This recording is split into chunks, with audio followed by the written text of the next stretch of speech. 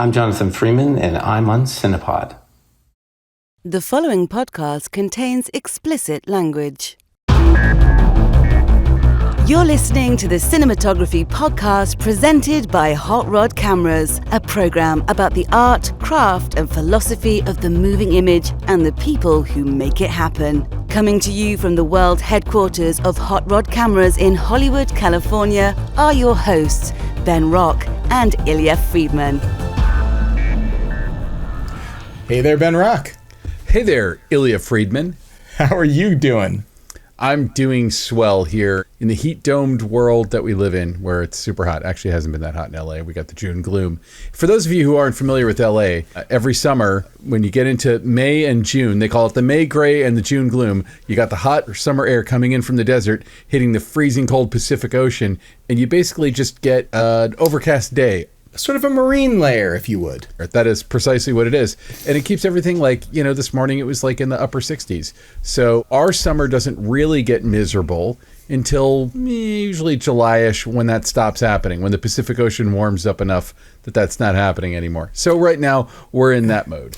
Yeah, there are 4 seasons in LA, but 3 of them are summer and 1 of them is fire. That's pretty much how it works. I'll still take it over everywhere else. I don't blame you. And a lot of people feel exactly the same way. So, Ben, who is our guest on the show today? Jonathan Freeman, an interview you conducted about The Three-Body Problem, a big hit series on Netflix. Absolutely. And it was a great conversation. We'll get into that conversation in just a few minutes. But first, Ben, a lot of things going on right now. Where do you want to start for our Close focus? Well, I think we should start with us.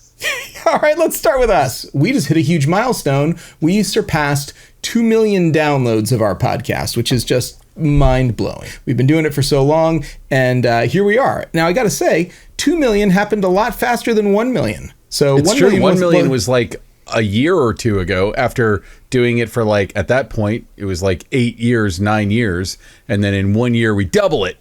Pretty much, yeah. Okay, so Ben, what else should we talk about in our close focus here? There's other stuff going on. It was a big weekend at the box office. Oh, well, it was a super noteworthy week at the box office. And, I've been a little depressed about, because I love the movie-going experience. I don't want to think that movies are going away and people aren't going to go see movies in theaters.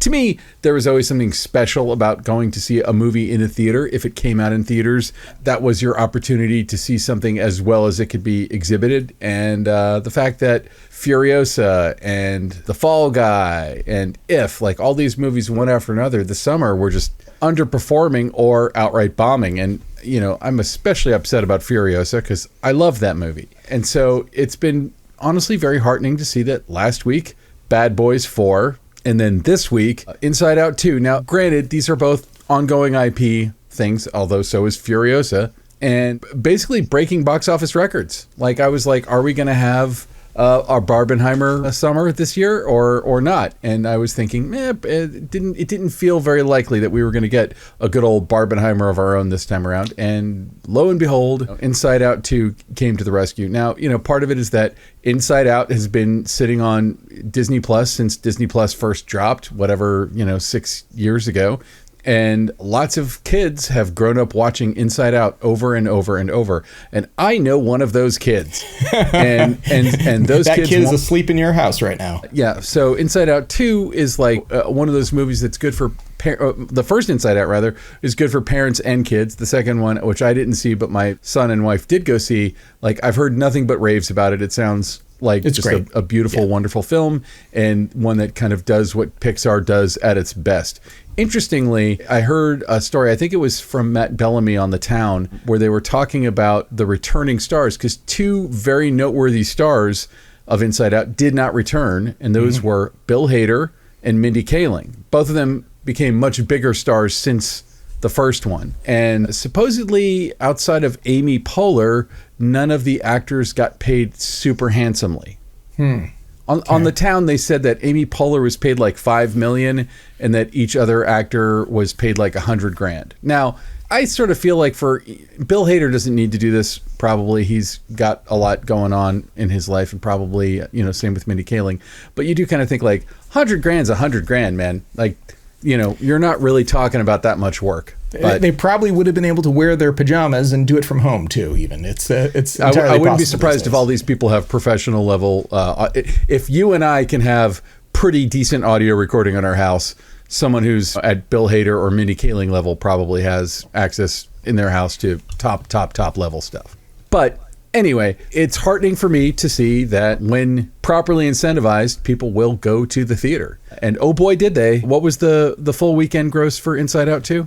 154 million, which is basically matching or surpassing what the Planet of the Apes movie, the most recent one, did in 6 weeks. So that was phenomenal. Yeah. I mean, that's intense. And I'm just glad. I'm relieved. But here's ready for my ham-fisted segue. Uh-huh. In movie theater news, the Alamo Drafthouse was purchased by Sony Pictures. Yeah, that's a real interesting one because it kind of goes back to like the Paramount rulings where movie theaters are not supposed to be owned by movie studios. It's an antitrust. It's an antitrust violation. And so, I was looking into it a little bit. So for people who don't know what we're talking about, it was in, I believe, the 40s. Congress passed a law that basically said that the same company could not produce the movie and exhibit the movie and distribute the movie. Like basically they're making money off the movie 3 times. Yeah. And what it would force is like lesser movies theaters would be forced to show them because they were owned by Paramount or whatever. Like you said, it's a Paramount ruling. That's what it's affectionately called. And it was vertical integration. I actually keep hearing lately people saying something is vertically integrated, like that's a good thing. And I'm like, doesn't that just mean you have a monopoly on your thing? But whatever. So apparently in the 80s, Ronald Reagan disassembled some of these rulings, like his Justice Department kind of took away some of it. And then, surprising to no one, in the last 8 years, Donald Trump got rid of the last of it. And so there were suspicions creeping about that some distributor was going to buy a movie theater chain. You could imagine, theoretically, say, for instance, Universal Studios buying AMC theaters or buying Regal theaters. The only exception to this that I ever knew of, but this is like a one-off, and it's also an LA specific thing. Yeah, Disney the El Capitan Theater, which is on Hollywood Boulevard, is owned by Disney and pretty much exclusively shows Disney movies.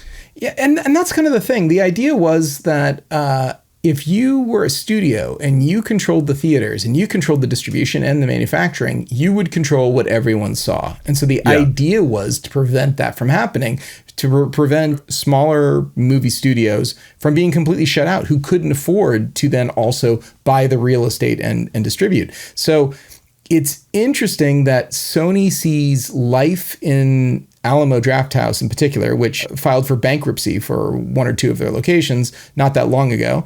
And Alamo Drafthouse itself filed for bankruptcy, and they went into, I think, Chapter 7. Chapter 7, yeah.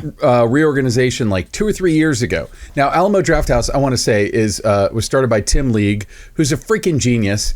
And he also has a video imprint, and they put out like really interesting stuff, usually like classic weird stuff like Miami Connection or Roar or stuff like that.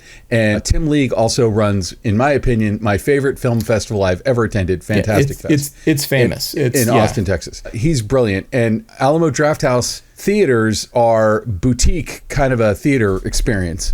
So there's only 35 of them in the whole country. I don't know if that's 35 after the ones outside of Austin in Texas shut down. But I love Alamo Drafthouse. They have great food. They have amazing sound and picture quality. The seats are about as comfortable as anything. And I used to work at an art house theater. I was a projectionist and manager at an art house theater in Orlando called the Enzian Theater, which is still running. And if you're in Orlando, go there. We did full food service. But when I went to the Alamo Drafthouse for Fantastic Fest, I was like, oh my God, have they got the food service down to a science? Yeah, they figured it out. Yeah, your viewing experience is never interrupted by a waiter coming by and asking for your card. Now, the Enzian doesn't do that either. But back in the day when I worked there, literally, you'd be in the third act of the movie, and a waiter would come and drop a check, and you'd have to pay for it. Which they were very efficient at doing. But the Alamo Drafthouse is crazy efficient at doing it. So anyway, they sold to Sony, and Alamo Drafthouse, I believe, controls. It is under 5%. It might be under 2% of the movie theaters in the country. There's only 35 movie theaters. So the real question is, what does a major studio like Sony want with a very niche specialty distributor? I can't imagine that it's to not grow it. I can't imagine that it's to, leave it alone. But the early sort of buzz about is they want to do event style anime through their Crunchyroll property. Yeah. I've heard that they want to bring in hardcore fans for the big screen experience for watching anime.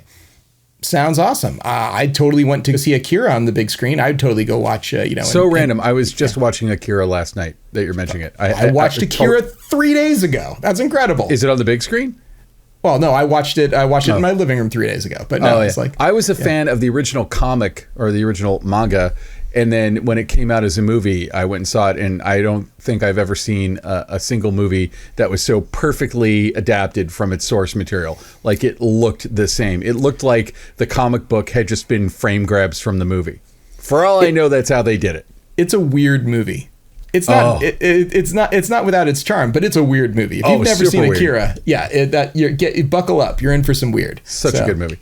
Anyway, all right. So Ben, interesting. Not to throw more gasoline on the whole Alamo Drafthouse Sony thing, but I've been being fed social media posts about them trying to unionize as well. So Alamo Drafthouse employees have been trying to also form a union, and that was going on right here as the Sony acquisition. So there's a bunch of moving parts here. The story is certainly not over. We're going to be following it with interest in the coming weeks. But for all those who say that the movie going experience is dead, I don't see Sony buying something that they think is dead. Stories of the death of the theatrical experience are exaggerated. I mean, I do think that everyone was expecting one major theater chain to go out of business this summer. I think that also might have, the pause button might have been hit on that by the runaway success of Inside Out 2, which will have a halo effect. Those people will return and see other movies. People will return to see that movie again. It's going to raise all boats, as they say, I hope. God, I hope. I want people to keep going to movie theaters. Jesus Christ. What do I got to do, people? Clearly, we just need more properties like Inside Out 2, and people will keep going to the theater. Well, luckily for you, we've got a movie called Deadpool and Wolverine coming out, and that'll definitely scratch that IP itch, but it looks to be turning Marvel's bad luck around as well. So let's keep our fingers crossed. All right. Hey, let's get to the interview with Jonathan Freeman. Here we go. The Cinematography Podcast Interview. I'm joined now by Jonathan Freeman, one of the cinematographers for the new hit Netflix series, Three Body Problem. Jonathan, welcome to the Cinematography Podcast. Thank you so much. Appreciate you having me on.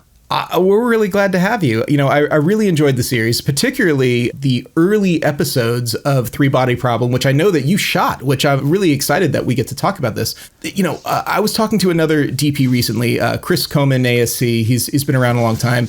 He was telling me that one of the hardest things he feels like to do as a DP, and the thing that it really separates, just sort of like run-of-the-mill television series or movies, is how they deal with exposition, how they're able to get the exposition out of the way to draw people into the story and to be able to move things along.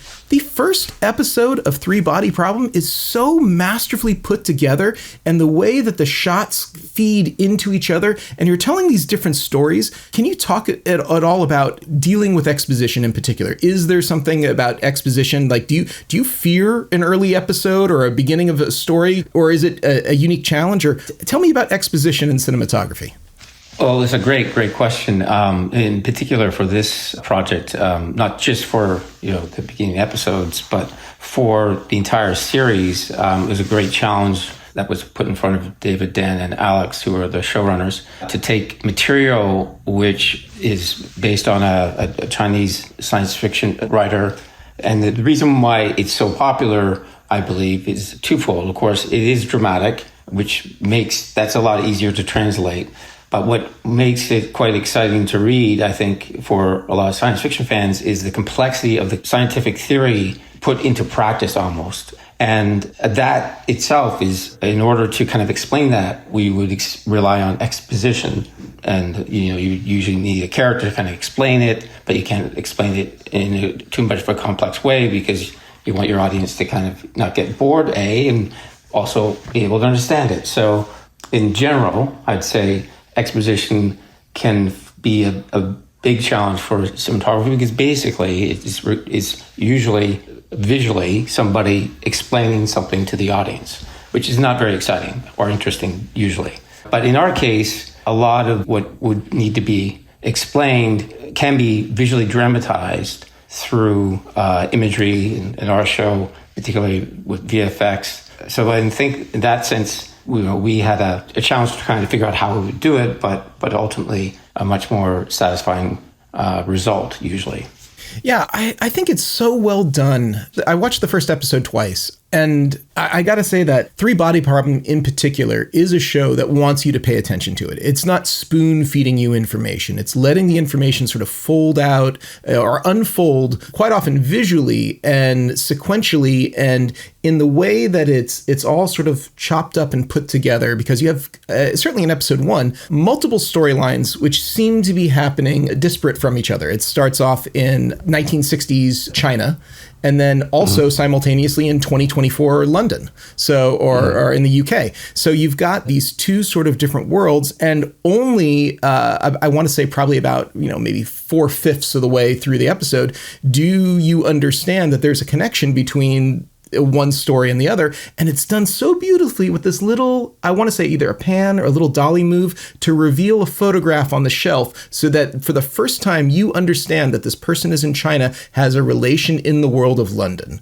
which it's just, to me, it's this visual cue. And if you're not paying attention to that, if you're a 2-screen person, if you're on your phone while you're watching the show, it's not going to work for you. This show requires you to be fully engaged, but it's just such little moments like that, which I loved, and how this story starts to come together. Can you talk at all about that moment in particular, and how that importance, or how much importance was that in your conversations leading up to that reveal?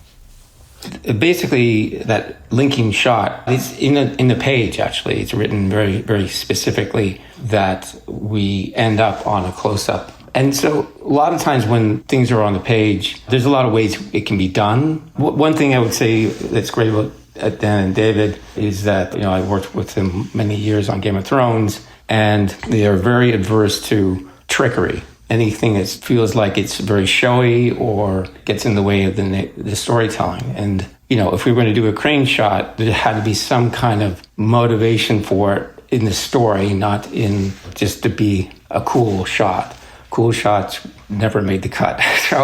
So, learning through that, we certainly embrace that idea that, less is more. And that's always been our philosophy.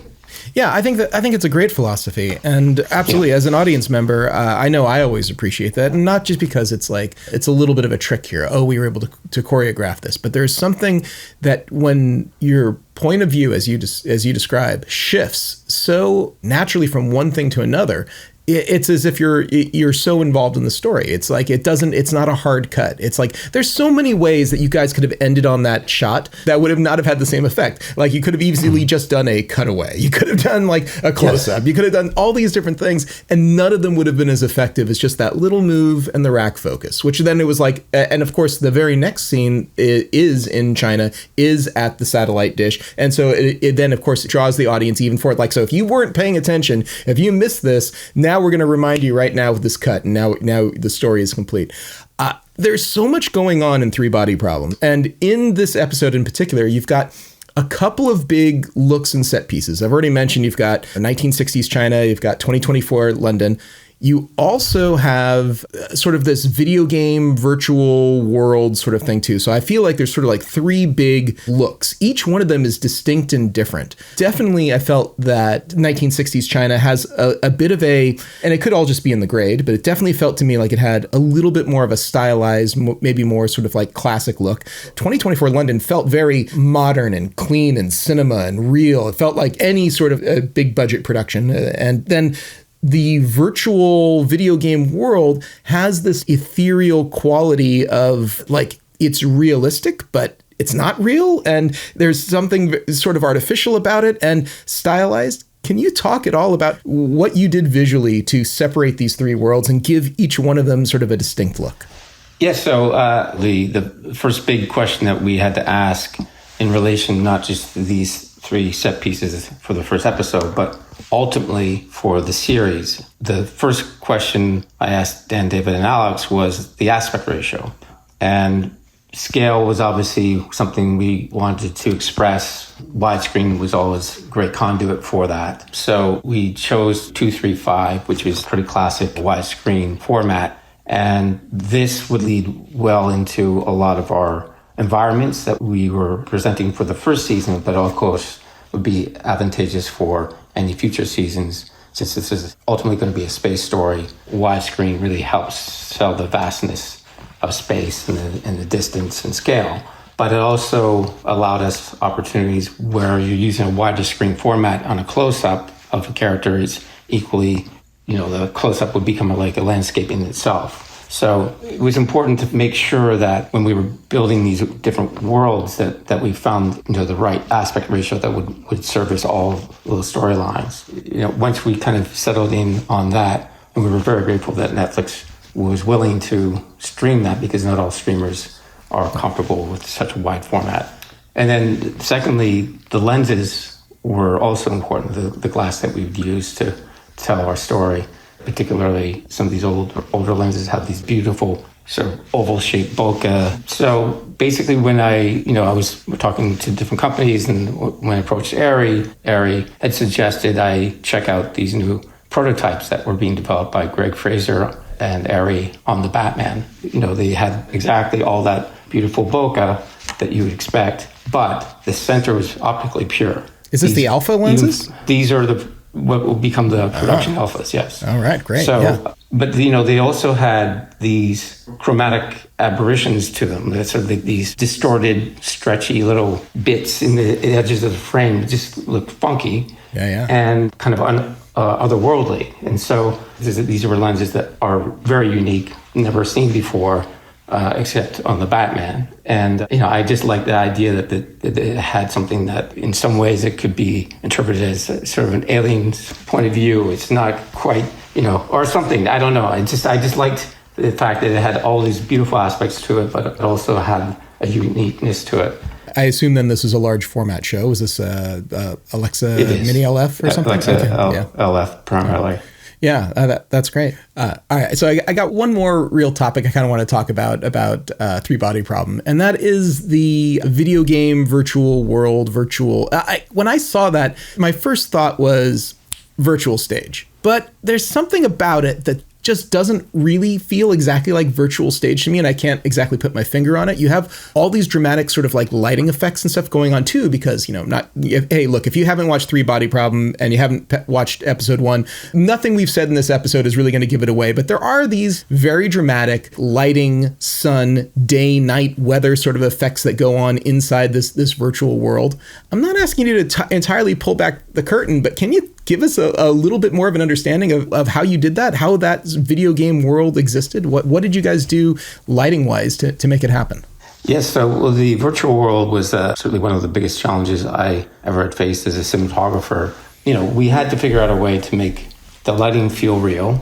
Basically, we were shooting on a stage that was about 110 feet long by about 45, 50 feet wide. So a very large space. And the idea was to create an array of light as a light wraparound. So if you can imagine like a hockey rink cut in half, but longitudinally. And basically we would create an array of sky panels, almost like sky panels being like almost like a pixel, but a very large pixel. And the array would stretch around to, I think there was like 70 rows of sky panels that would wrap around that were 14 rows high, almost 1,300 sky panels ultimately. Wow. And then we put a Roscoe scrim in front of it to soften the light, obviously. Sure. And there we kind would of be able to blend create those pixels a bit. Yeah, I get it. And so we would create, obviously not only could we create like time, like a sky patterns, like a sunrise or a sunset or a dusk or a dawn, but also we could integrate movement and transitions into that. Sure. And then on top of that, we of course would have to add supplemental lighting for the harder light to come in. Yeah. So it was a very complex system, but overall the intent was just to create a lower res volume that we could have still recreate these light environments the way you might be able to do in a regular volume. All right, so I'm envisioning what it is that you've got going on here, and it sounds like a monumental task. I got to ask a couple more questions to make sure that I'm understanding it correctly. You've got like 1,300 sky panels built essentially in an arcing wall around like a hockey rink. I'm wondering how high is the top sky panel from the floor level, and also is there like a level of green screen before the sky panels start? Because I imagine most of this is for the sky and lighting effects and things like that. I mean, I'm assuming that's mostly for light and not for like a virtual background. Aren't mapping a background onto there. So there's a VFX element in this somewhere because you've got these incredible vistas. How tall is that? And is there a green screen element somewhere in there? Yeah, that's a great question. The height, probably about 20 feet high. But the key thing was ultimately the world that these characters would be in would be completely replaced by VFX. But the challenge was that they had to feel like they were interacted, that they were interacting with the light that's surrounding them. So you would see that light affecting them. So that's why I kind of did this initial test, because on the test, what I effectively did is put generated a green screen just around the character based on the angle of the camera. And so they would get a clean rotor line from that. But they would still have the advantage of having all the other light wrapping around the character that would feel much more realistic to the environment. Well, it's a very effective sequence, especially the first, I think the first time we're really in that world where we see how hot the sun really is, and you've got these characters who are hiding behind this rock for, what tiny bits of shade that they can possibly get. And you can just, it's palpable to feel like the effect of the heat and seeing the motion of the sun and the shrinking of the shadow. It really works well. I want to switch gears a little bit now. Let's talk about the early days of Jonathan Freeman. Let's talk about how you decided to get into this crazy business. When did you get the bug? When did you decide that this was something that you could do? Well, it happened very early for me. I was a youngster, quite a youngster, actually. I mean, I don't know how I even was allowed in to see the very first Star Wars movie. I was completely blown away by it, but particularly by the opening image of that film. I'm looking at this as a 6 or 7 year old thinking, that's not real, but it looks real. And then I'm hearing all these sounds behind me, and I see this huge ships fly over my head. And I'm just looking at all of this, trying to understand how this feels real, looks real, but I know it's not real. And that's, for me, the essence of filmmaking. I would, of course, then read all the magazines like Starlog and everything else to figure out that, in fact, it was all trickery, that the ships weren't flying over the camera. The camera was actually flying over the models, and that created the movement. So all this, including the way in which it was lit, which was lit in a very realistic way, just inspired me to become a cinematographer. I would love to say that you're the first person who's been on the show to tell us that you were inspired by Star Wars, but I would say that Star Wars has inspired an entire generation of filmmakers. There is something, I think, certainly about having that theatrical experience with the crescendo of music and being then all of a sudden taken into the space that no one expected to go. So you're enthusiastically inspired as a youngster. Then you start to get involved in actual production. I'm going to say probably mid-90s, something like that. And I think that we're probably contemporaries. It was early 90s for me when I first started getting into any sort of professional work. I want to jump. You did a lot of work in television and in movies, but TV, it really seems to have been the predominance of a lot of the work you did. Did a ton of stuff for TV series, TV movies, and you got a little show called Boardwalk Empire. How important was Boardwalk Empire in changing the trajectory of your career? Well, I was very fortunate to be hired by Tim Van Patten, who's become a great friend of mine. But what was also wonderful was how generous they were about making sure that I felt like I was also contributing. So they wouldn't necessarily tell me exactly how to do things, but they would sort of give me visual references or sometimes give me some good advice about what to do with a certain setup and how you can be inspired every day by the challenge of trying to meet the expectations of great cinematographers. Jonathan, it's been really wonderful having you on the show. Are you on something new right now? Are you on 3 Body Problems Season 2? Can you talk about what your next thing is, or what are you doing? Nothing immediately. So it's I look forward to the next opportunity. All right. Well, Jonathan, hey, thank you so much for being on the show. It really was wonderful to talk to you, and I can't wait to see what you do next. Thank you so much. I really appreciate it. All right, so that was Jonathan Freeman. Hey, thank you so much for being on the show. Three Body Problem, what a huge hit. Congratulations again. Check it out on Netflix if you haven't already. It's pretty amazing. Yeah. So, Ben, you'll never guess what time it is. What time would that be?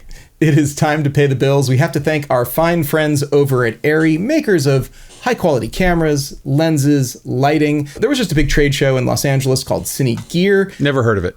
ARRI had a bunch of announcements. Some of them, I think, kind of stole the show. They've got a new single-channel follow-focus hand unit, Hi5 SX. You know, it's interesting, though, too. ARRI has really been very good about collaborating with other manufacturers. And I got to give them a huge credit for their PCA, which is their professional camera accessories. They build all kinds of really good stuff, sort of bringing the infrastructure and style of all of the cool ARRI accessories to other cameras. And one of those other cameras is the Canon C400, which was just announced at the show.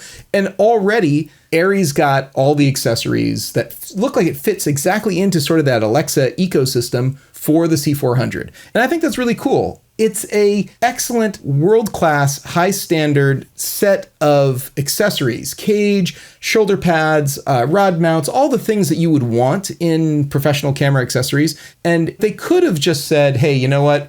Our technology, our standards are just for us, and you go find something else. But no, they do it for the C400, which is a super, super cool new camera. So, hey, hats off to ARRI. Congratulations on all the new product introductions from Cinegear. But definitely, if you're interested in the C400, the C400 cage, check it out over at Hot Rod Cameras, hotrodcameras.com. And now, short ends. So Ben, it is our short end time once again. It's where we talk about our obsession of the week. What is your obsession? What are you all about right now? Well, I guess I wanted to talk about Adobe, who's having a terrible, horrible, no good, very bad week. And anyone who's heard me talk about Adobe knows I'm a big Adobe fan. I use Adobe products pretty much daily. I do a whole lot of editing, and I've been using Premiere since Final Cut Pro X came out in 2011. And I will go to the grave. From hell's heart I smite thee, Final Cut Pro X. I don't like it. But Adobe had kind of a 1-2 punch. Like if you Google Adobe and then click the news button, you'll find that it's in the news for two different things. One is the US is suing them. Like the Department of Justice is coming after Adobe, and it's because Adobe has basically created a wheel within a wheel, a Gordian knot that is hard to get out of. If you cancel your subscription, they still charge you. It's very, very hard. So basically the US is suing them, and that's not great. But the other half of Adobe is that there was an update to their terms of service. And their terms of service basically said that they could use user data, meaning, you know, the shit you're editing, whatever you're doing with Adobe software. So if something you're doing in Photoshop or something you're doing in Lightroom or something you're doing in Premiere or something you're doing in Audition, and they could basically use that. What it came down to was they were using it to train their AI. They were using it to train Firefly and Sensei and all of their many AIs. And they just changed their terms of service that said that they could do that with your data. And so I don't know how serious it is. If you were to go on YouTube and look at people who kind of cover this stuff, you would think people are dropping like flies off of the Adobe platform. Adobe has done something big corporations don't usually do, which is like they've updated their terms of service and been like, no, that's not what we meant. We're not doing it. And I actually, call me naive. I'm sure somebody would explain to me why I'm an idiot for saying this. I don't really think Adobe's doing anything that bad with your data, but their terms of service were freaking weird.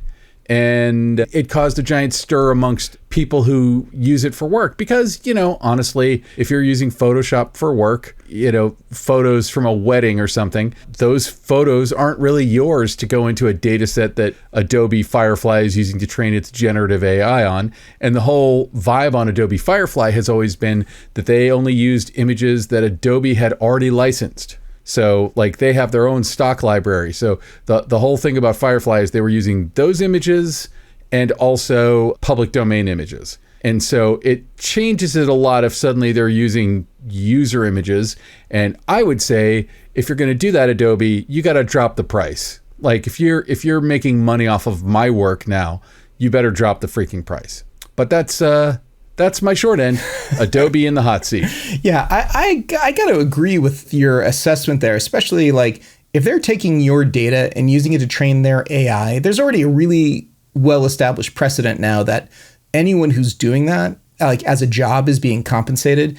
Anyone whose work that's going into that should be compensated. There's like, so if they want to just take everyone's stuff and use it to train their AI, I feel like their business model needs to be adjusted because, frankly, it certainly doesn't make sense for them to charge the prices that they're charging and then to be exploiting the customer data the same way. I remember seeing that disclaimer pop up saying, we're going to use your data, but it was really unclear of what they wanted to use it for. So that's really Adobe users are up in arms and people are hopping ship. And, it's probably a great week to be DaVinci Resolve, I mean, the thing is that Adobe really does have a bit of a monopoly when you go like, okay, I love Premiere, but it's obviously not the only game in town. You can edit video competently on many platforms, but what really competes with After Effects or Photoshop? Very little.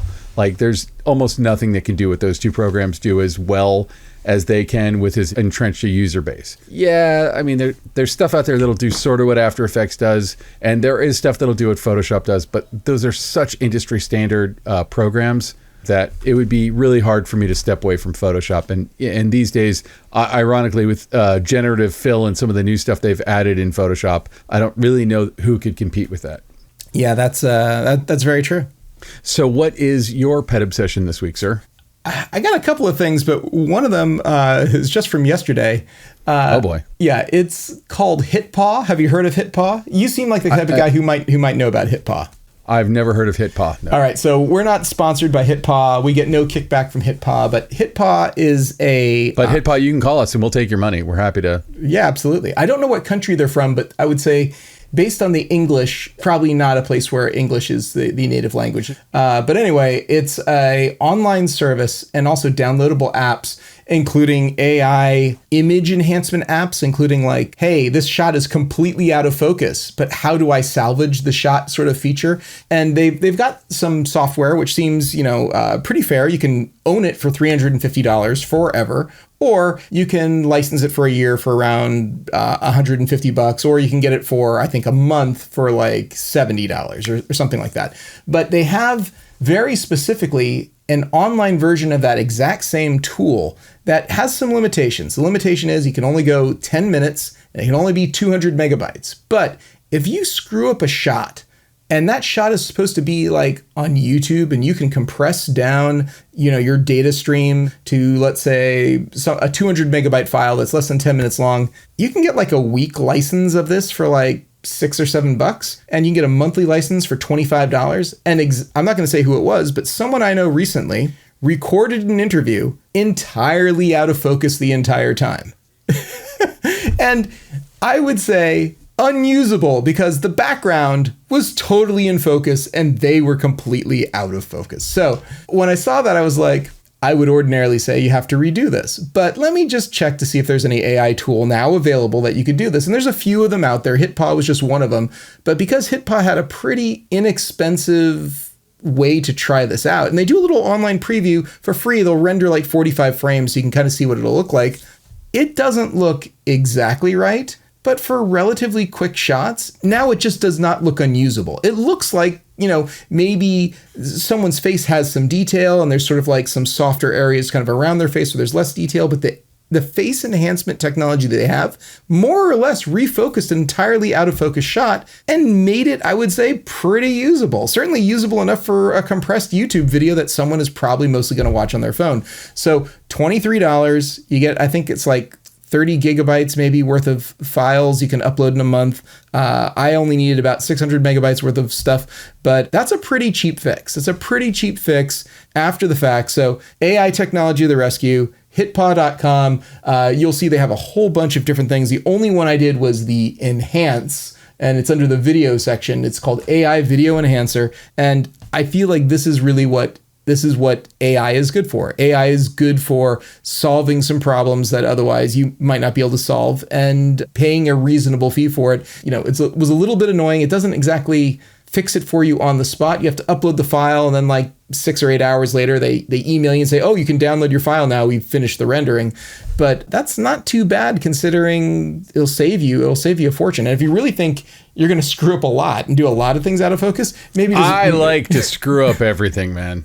I think that when I'm on a job, I want that client to have zero faith in me, and then be like, when they see the final thing, be like, hey, that's adequate. Wow, that surpassed my expectations with rank level adequacy. Well, I was going to say $350 is not the end of the world to own something that saves your no, I mean, $350 is cheaper than doing a pickup shoot. That's for goddamn sure. Absolutely. But if you have something that's like a web video and it's super compressed and it's probably going to be like, forgettable or ephemeral or whatever it is, now you can have a pretty and it's academic that this kind of stuff is going to get better. I don't believe that generative AI is going to get so great. Like, I've been noticing on Twitter, the people who are talking about AI, generative AI specifically, are becoming so much like the people who were talking about crypto 4 years ago, that they're like, somebody was like, in 2 years there will be no movie industry because AI is going to do everything. And I'm like, it's the same people who talked about VR, the same people who talked about 3D, the same all the other tech bros who are moving fast. You're completely wrong about that. Like, would I bet that AI won't be doing more heavy lifting in the future? AI is going to be doing more. Machine learning is going to be used for more and more stuff, because like this kind of a thing, because it's going to be good at like restoration. That's what it's freaking great at. Or I know I talk about it every freaking week, but stuff like what Michael Cioni is doing with Strata is exactly what we should be doing with AI. And I think, generative AI like Sora as like a weird novelty, like for instance at the Tribeca Film Festival, they have a sidebar for shorts that were made entirely in Sora that they're doing this week. And it's like, okay, that's interesting. I'm willing to bet money that none of them would have gotten into the Tribeca Film Festival had they not been made in Sora. If somebody had gone out and just made those as films traditionally, nobody would be clamoring for that. But good on them. I'm not against people trying to use it to tell stories. It's going to be fine. But this is exactly, I'm looking at the website right now, like this is exactly the kind of thing that AI just really excels at and will save your ass. And, it's the kind of thing too where it's like, don't buy it till you have a shot that's out of focus and you're screwed. It's $350 is cheaper than getting your camera crew back out there and getting yourself out there and buying everybody lunch and doing everything all over again. Yeah, you're exactly right. And I think that this is what people will do. And eventually it will get really good at that. And it'll probably cost less because more and more people are going to do it. And, well, what's going to keep happening is that these DaVinci Resolve or Adobe Premiere, not Avid. Avid doesn't tend to do this kind of thing. But specifically DaVinci or Premiere will just buy this technology and put it into their software. Actually, Adobe's already teased that they have something like this. They just haven't released it yet. But yeah, they've already teased that they've got something. There's something on GitHub about it. So anyway, Ben, I think that's just about going to do it for this week. Where can people find you? They want to track you down. If you want to track me down, I'll give you the Apple Tracker ID. I've been microchipped like your puppy. Go to benrock.com. Turns out it's Starbucks in Sherman Oaks. That's pretty much it. If you're at Starbucks in Sherman Oaks, throw a rock, you'll probably hit me in the face. Actually, they got rid of all the seating at my local Starbucks, so I'm not usually there. Anyway, go to benrock.com, check it out, watch my reel, read up on my stuff. Feel free to follow me on Twitter, where I try and be an amateur stand-up comedian sometimes, and also sometimes go on extended rants, which periodically even go a little viral. So what do you know? Yeah, you are definitely a ranter. I love a good Twitter rant, and one of them is that I refuse to call it X. How about yourself, Ilya? Where can people find you? Hot Rod Cameras, hotrodcameras.com, Hot Rod Cameras Burbank, Hot Rod Cameras Portland. So yeah, that's where you can typically find me. Also LinkedIn once in a while. Ben, who made this show possible? Who gets our thank yous? Well, as always, our producer, first and foremost, Alana Cody, lining up the interviews. We got a couple of good ones coming up that we've done. We got a couple of great ones already in the can. And we did, I'm sure that some of our listeners noticed, we dropped 2 episodes this week. So we're not doing 2 episodes every week, but this week we're doing 2 episodes to kind of catch up for last week when we did 0 episodes. Yeah, because we had a COVID situation. Wasn't me this time for a change. We should thank Ben Katz, our amazing editor who had to edit twice as many episodes this week. Thank you, Ben. We love you. We think you're the best. And last but not least, we should thank Kays Alatrakshy, who composed and recorded every scrap of music that you heard on this podcast. Check him out at musicbykays.com. Hire him to score your next project, yada, yada, yada. You know exactly what he does. He does everything. He doesn't just score. He directs. He does visual effects. He does color grading. But he's good. He's great at all those things. But I have good intel that his favorite thing to do is to score. So hire him to do that. Nice. All right, Ben. I'd say that we've just about wrapped it up for this show. Do you want to take us out? That's a wrap. Oh, could you say it cheesier? That's a wrap. Perfect. Thank you. This has been the Cinematography Podcast, presented by Hot Rod Cameras. Find your next camera, lens, or accessory on the web at hotrodcameras.com. Don't forget to subscribe to our show on iTunes and connect with us on Facebook and Twitter. Thanks for listening.